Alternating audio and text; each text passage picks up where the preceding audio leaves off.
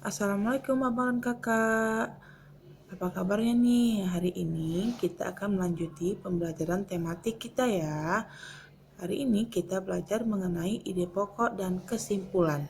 Ide pokok adalah inti dari sebuah cerita dengan menggunakan teks yang terdapat dalam cerita.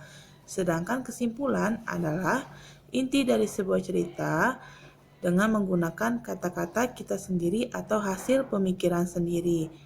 Jadi, ide pokok dan kesimpulan ini hampir sama ya abang dan kakak. Yang membedakannya hanya pada ide pokok, abang harus menggunakan kata yang terdapat pada teks cerita ya. Sedangkan kesimpulan, abang menggunakan kata sendiri, oke? Oke, simak ya abang dan kakak teks dalam cerita yang tante bacakan berjudul Bebek. Bebek adalah unggas yang hidup di darat tetapi menyukai perairan.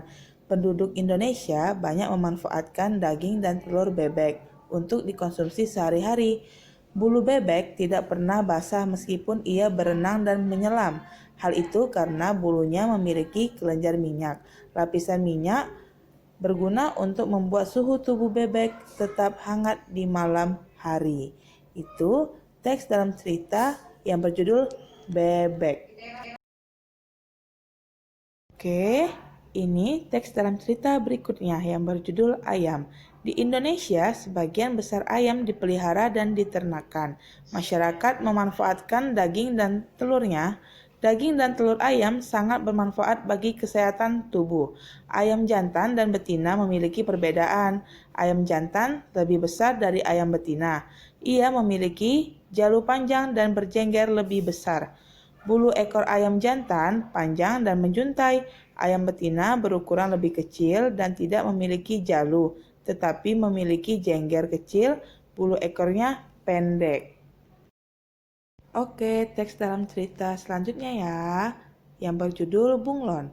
Bunglon adalah hewan reptil sejenis kadal kecil yang biasa hidup di pohon. Tampilannya mirip hewan purba. Bunglon jantan biasanya mempunyai tanduk, sirip, dan gelambir pada lehernya. Bunglon memiliki kemampuan untuk mengubah warna kulitnya. Bunglon tidak bisa berubah kulit ke semua warna, hanya ke warna-warna tertentu saja. Itulah teks dalam cerita yang berjudul Bunglon.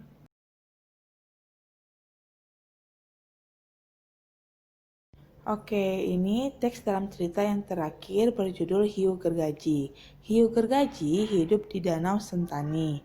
Hiu gergaji dikenal dengan nama pari atau hiu sentani karena memang hidup di Danau Sentani, Papua. Hiu gergaji menggunakan giginya yang berjumlah 14 hingga 24 gigi gergaji.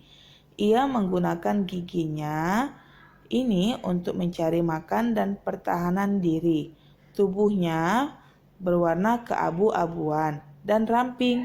Ia dapat berenang dengan cepat.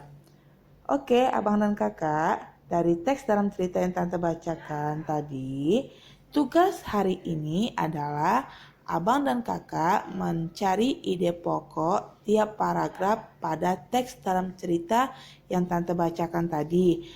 Kemudian, setelah abang dan kakak menentukan ide pokok pada teks dalam cerita masing-masing, tulislah kesimpulan teksnya ya.